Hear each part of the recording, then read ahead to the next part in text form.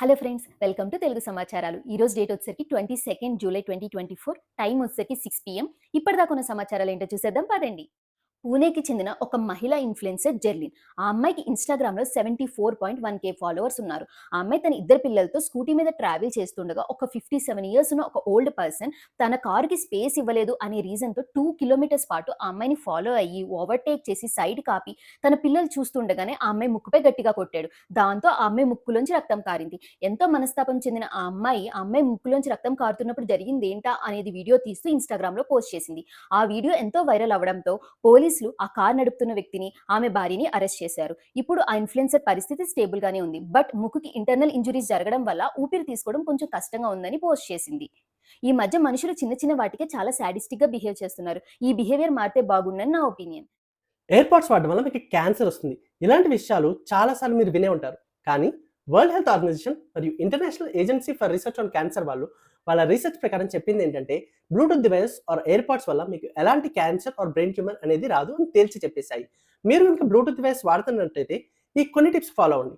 First tip ఏంటంటే, మీరు 1-2 hours పాటు లాంగ్ మ్యూజిక్‌ని డైరెక్ట్‌గా వినకండి. 5-10 మినిట్స్ పాటు పాజ్ ఇస్తూ ఉంటే చాలా మంచిది. సెకండ్ థింగ్, 100% మ్యూజిక్ వాల్యూమ్‌ని పెట్టుకొని వింటే మీ ఇయర్ డ్రమ్స్ అనేవి చాలా డ్యామేజ్ అవుతాయి. అదే మీ వాల్యూమ్‌ని 80% కంటే తక్కువ పెట్టుకుంటే ఇయర్ డ్రమ్స్‌కి జరిగే డ్యామేజ్ చాలా వరకు తగ్గుతుంది. థర్డ్ థింగ్ ఏంటంటే, చాలామంది ఇయర్ టిప్స్‌ని క్లీన్ చేయకుండా వదిలేస్తారు. అదే మీ సిలికాన్ టిప్స్‌ని తీసేసి ఆ చుట్టూ ఉన్న బాక్టీరియల్ ఇన్ఫెక్షన్‌ని క్లీన్ చేసుకున్నట్లయితే మీ ఇయర్‌కి చాలా వరకు వచ్చే ఇన్ఫెక్షన్స్ తగ్గుతాయి.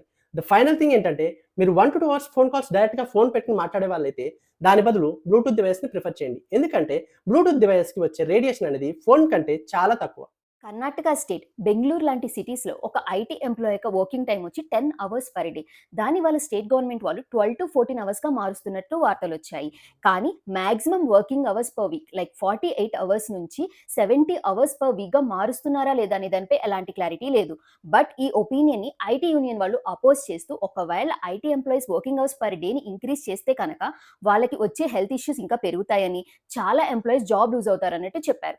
నా ఒపీనియన్‌లో ఒకవేళ ఐటీ ఎంప్లాయీస్ యొక్క వర్కింగ్ టైమ్‌ని కనుక పెంచితే వాళ్ళు వాళ్ళ ఫ్యామిలీ టైమ్‌ని లూజ్ అయ్యి ఎఫిషియన్సీ తగ్గుతుందన్నట్టు నేను అనుకుంటున్నా. దీనిపై మీ ఒపీనియన్ ఏంటో కింద కామెంట్ సెక్షన్‌లో చెప్పండి. రీల్స్ కోసం దొంగ మారిన మహిళ. ప్రశాంత్ రాణా అనే వ్యక్తి తన ఇంట్లో బంగారం మరియు సిల్వర్ ఆర్టికల్స్ పోయినాయని పోలీస్ స్టేషన్‌కి వెళ్లి కంప్లెయింట్ ఇచ్చాడు. పోలీసులు వచ్చి విచారణ జరపగా తనేం చెప్పాడంటే, తన ఇంటికి తన మెయిడ్ మాత్రమే వచ్చిందని, తన్ని కూడా 4 రోజుల క్రితమే ఉద్యోగంలోకి తీసుకున్నాను అని చెప్పాడు. ఈ ఇన్ఫర్మేషన్ ప్రకారం పోలీసులు తన మెయిడ్ ఇంటికి వెళ్ళగా తను ఆల్రెడీ అన్ని సామాన్లు సర్దుకొని పారిపోవడానికి రెడీగా ఉంది. తన్ని పట్టుకొని విచారించగా తనేం చెప్పిందంటే, తను రాజస్థాన్‌కి చెందిన మహిళనని, తన భర్త డ్రగ్ అడిక్ట్ అవ్వడం వల్ల, తనని రోజు కొట్టి ఇబ్బంది పెట్టడం వల్ల తను ఢిల్లీకి పారిపోయి వచ్చిందని చెప్పింది. తను ఉద్యోగంతో పాటు ఇన్‌స్టాగ్రామ్‌లో రీల్స్ చేస్తూ టైమ్ పాస్ చేస్తుండేదని చెప్పింది. తన స్నేహితులు ఇచ్చిన సజెషన్ వల్ల డీఎస్ఎల్ఆర్ కొనుక్కుంటే రీల్స్ వస్తాయని చెప్పడంతో డబ్బులు లేక దొంగతనానికి పాల్పడినట్టు ఒప్పుకుంది. తన మీద 305 సెక్షన్ ప్రకారం ఎఫ్ఐఆర్ ఫైల్ చేశారు. బెంగుళూరుకి చెందిన గంగాధర్ అండ్ ఎల్లప్ప అనే ఇద్దరు వ్యక్తులు గత 7 సంవత్సరాలుగా టెంపుల్స్‌ని, అపార్ట్మెంట్స్‌ని టార్గెట్ చేస్తూ బ్రాండెడ్ షూస్‌ని దొంగతనం చేస్తున్నారు. బెల్ లేఅవుట్ హౌస్‌లో జరిగిన దొంగతనం గురించి పోలీసులు ఎంక్వైరీ చేస్తుండగా వాళ్ళకి ఈ విషయం తెలిసింది. పోలీసులు ఆ ఇద్దరు వ్యక్తుల్ని అరెస్ట్ చేసి వాళ్ళ ఇల్లు వెతకగా వాళ్ళకి 10 లక్షల విలువ గల 715 పెయిర్ ఆఫ్ బ్రాండెడ్ షూస్ దొరికాయి. వాళ్ళని ఫర్దర్ ఇన్వెస్టిగేట్ చేయగా పోలీసులకి తెలిసిన విషయం ఏంటంటే, వాళ్ళు ఇప్పటిదాకా 10,000 పెయిర్ ఆఫ్ షూస్‌ని దొంగతనం చేశారంట.